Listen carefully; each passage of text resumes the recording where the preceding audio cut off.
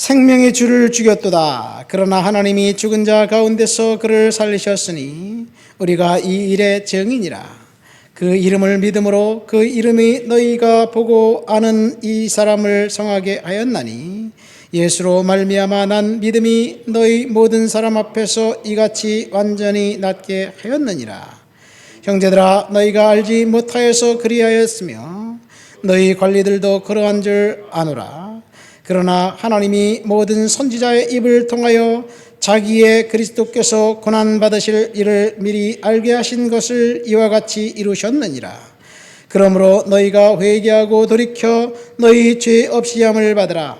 이같이 하면 새롭게 되는 날이 주 앞으로부터 이를 것이요 또 주께서 너희를 위하여 예정하신 그리스도 곧 예수를 보내시리니 하나님이 영원 전부터 거룩한 선지자들의 입을 통하여 말씀하신 바 만물을 회복하실 때까지는 하늘이 땅을 마땅히 그를 받아들이라.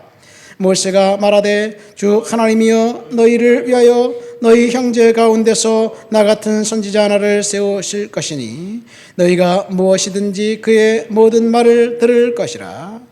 누구든지 그 선지자의 말을 듣지 아니하는 자는 백성 중에서 멸망받으리라 하였고. 아멘.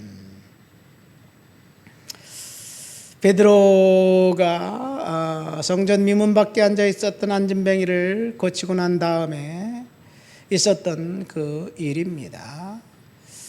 제9시라고 보니까 돼 있으니까 오후 3시입니다.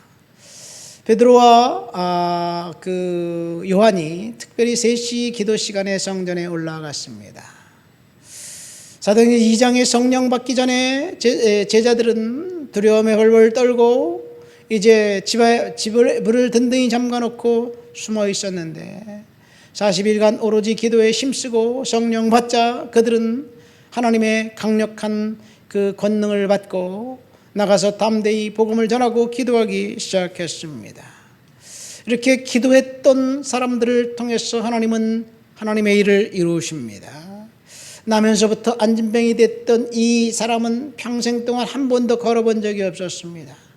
그가 성전에 찾아온 이유는 하나님을 찾거나 기도하거나 예배하기 위함이 아니라 동전 몇 푼을 구걸해서 이제 먹고 살기 위해서 호구지책으로 그는 그곳에 찾아왔지만 그곳에 찾아온 목적 자신이 원하는 것보다 더 훨씬 놀라운 은혜를 하나님 앞에 받게 됩니다.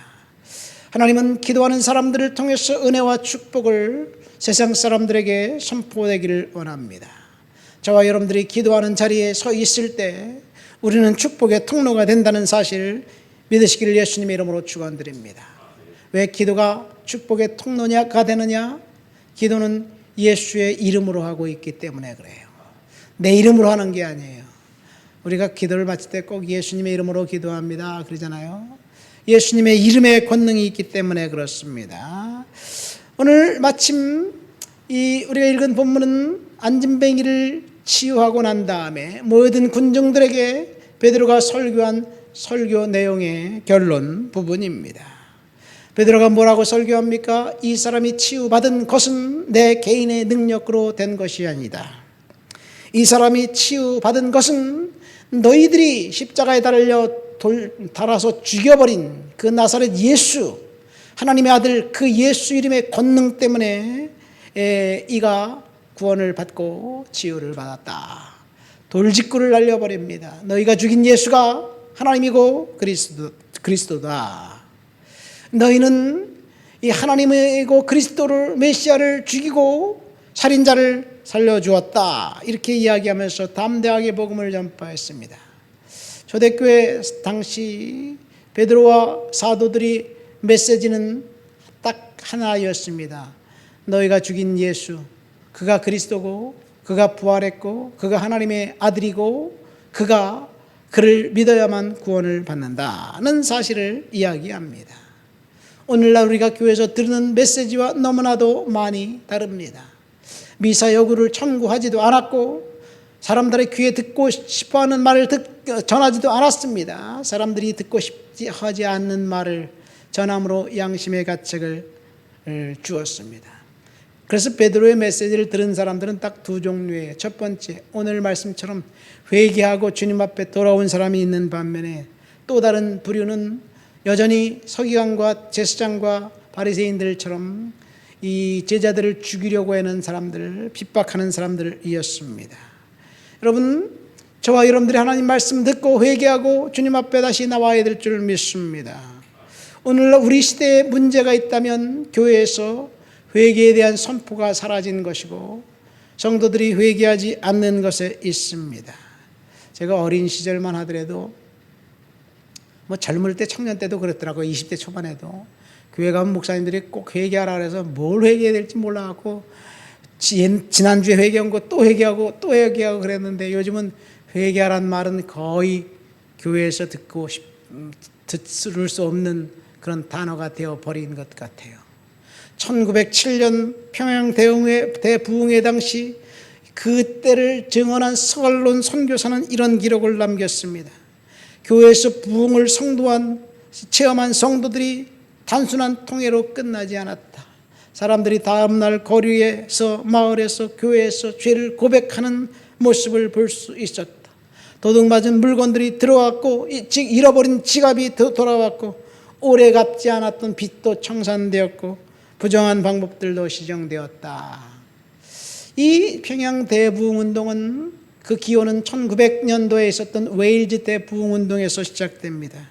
영국 웨일즈 탄광 입구에서 광부들이 하나님의 은혜를 임하고 회개하기 시작하고 2년 동안 회개운동이 웨일즈 전역을 흔들면서 10만 명이 남는 사람들이 회심했고 주님 앞에 돌아왔습니다. 당시 영국의 기록에 보면 경찰들이 할 일이 없어서 해고를 당했다는 그런 기록도 있습니다. 이 부흥의 뿌리는 1차, 2차에 걸친 영적 대각성 운동에서 시작됩니다. 1740년에서 43년 1차, 그로부터 한 50년 지나고 난 다음에 2차, 이 2차 대각성 시기에 이때 요한 웨슬레가 영국에서 감리교 운동을 일으킵니다. 그리고 이때가 어느 때냐? 프랑스에선 혁명이 일어났을 때예요. 왕정을 타파하고 공화정을 수립하면서 사람들이 피로 이제 혁명을 일으켰는데 영국의 부흥운동을 통해서 자연스럽게 혁명이 일어났습니다.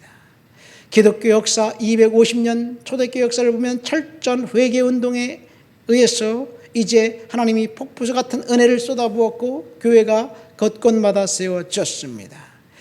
이런 회개운동의 시발점은 오늘 본문에 나와 있는 예루살렘 교회에 베드로가 외친 그 설교에서 출발합니다. 베드로가 이렇게 외치자 3,000명이 회개하고 돌아오고 5,000명이 회개하고 돌아왔습니다. 베드로의 외침을 이제 사도 바울이 이어받아서 가는 곳마다 복음을 전하며 예수를 전하며 회개운동이 일어났습니다. 그런데 300년 동안 기독교가 이제 그 지하에서 열심히 이 회개운동을 일으키다가 313년 컨스탄틴 황제가 기독교를 공인하고 향후 1000년 동안 기독교는 서서히 회개를 잃어버렸습니다. 왜 그러냐? 한 지역의 영주가 예수를 믿으면 집단 개종이 일어나는 거예요. 그래서 유럽은 집단 개종을 통해서 기독교 국가가 되었습니다. 그래서 중세 시대를 영어로 크리스찬덤이라고 얘기해요. 킹덤이 아니라 크리스찬덤이에요.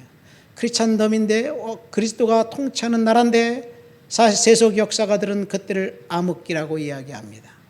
예수 믿고 교회가 이제 그 양지로 나왔는데 그런데 교회라는 이름으로 하나님이란 이름으로 정말 어처구니 없는 일들이 일어났습니다. 왜? 회개를 잃어버렸기 때문에 그래요. 회개를 잃어버리면 교회가 부흥할지라도 썩는 것입니다.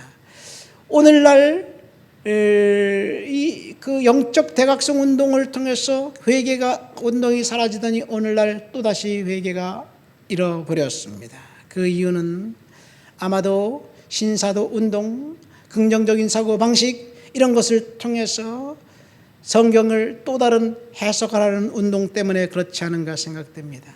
예수 믿고 구원받고 예수 믿고 회개하자 예수 믿고 정결한 삶을 살자, 이것이 슬로건이 아니라 예수 믿고 복받자, 예수 믿고 치유받자, 예수 믿고 그 행복한 삶을 살자라는 것이 그 슬로건이 회개를 잃어버리게 만들었지 않았는가 생각됩니다. 우리는 다시 회개를 이제로 돌아와야 될 줄 믿습니다. 어쩌면 오늘날 우리는 너무나도 이 은혜에 집중한 나머지 대가를 치르지 않고 거저 받는다는 하나님의 은혜가 너무나 좋아서 회개라는 대가를 치르지 않고라도 뭔가 우리가 원하는 것을 받을 수 있다고 생각하는 그 또 다른 신학 때문에 회개를 잃어버리지 않았는가 생각됩니다. 물론 하나님의 은혜는 대가가 없습니다. 거저 주시는 것이 하나님의 은혜입니다. 예수 믿었다는 사실 하나 때문에 우리가 죄를 용서받고 천국을 소유한 것 사실입니다. 그러나 우리 주위를 들어보면 은혜를 받았다는 사람들이 하고 있는 행동 때문에 사람들이 눈살을 찌푸리게 하는 행동이 얼마나 많은가요? 사실 은혜에는 두 종류가 있습니다. 예수님께서 선포하신 하나님의 은혜가 있습니다. 거저 주시는 거예요. 그런데 또 다른 은혜는 사람들이 신봉하는 은혜입니다. 오늘날 강단에서 선포되는 말씀은 사람들이 신봉하는 은혜에 대한 메시지가 아닌가 생각됩니다. 우리는 다시 하나님 앞에 나와 회개해야 될 줄 믿습니다. 이 회개가 빠진 은혜, 그것은 2%가 부족한 은혜입니다.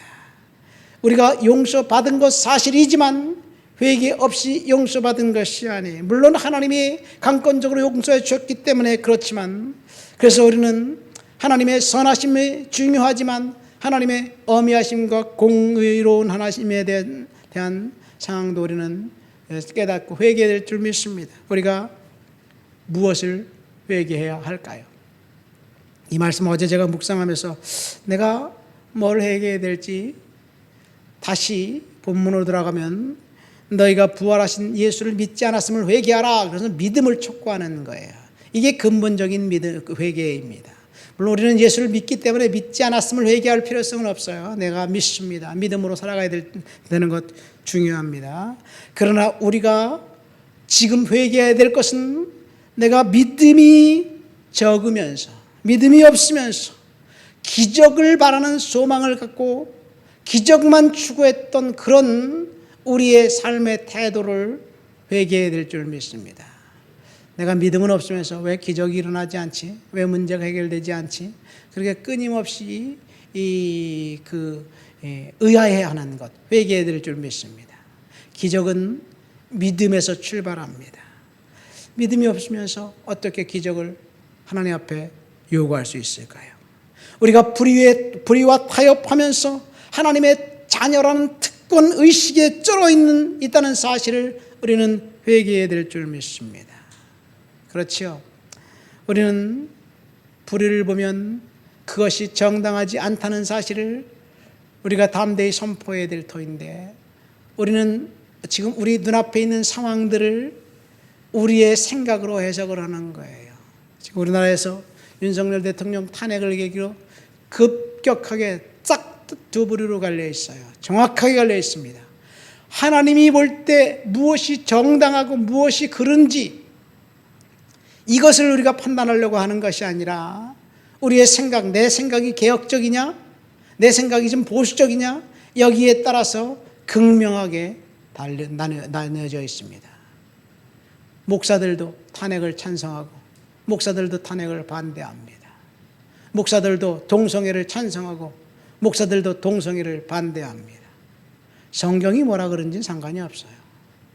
내가 무슨 사고방식을 갖고 있느냐에 따라서 자기가 주장하고 성도들에게 그렇게 설득하고 강요하는 거예요. 우리는 하나님의 말씀으로 돌아가야 될 줄 믿습니다. 불의와 타협하면서 하나님의 자녀라는 특권의식 갖고 있었다는 것, 자녀라는 특권의식을 갖기 전에 우리는 불의를 먼저 저버리고 하나님의 공의 앞에 우리가 철저히 회개해야 될 줄 믿습니다. 하나님 아버지 감사합니다. 이 시간 회개합니다.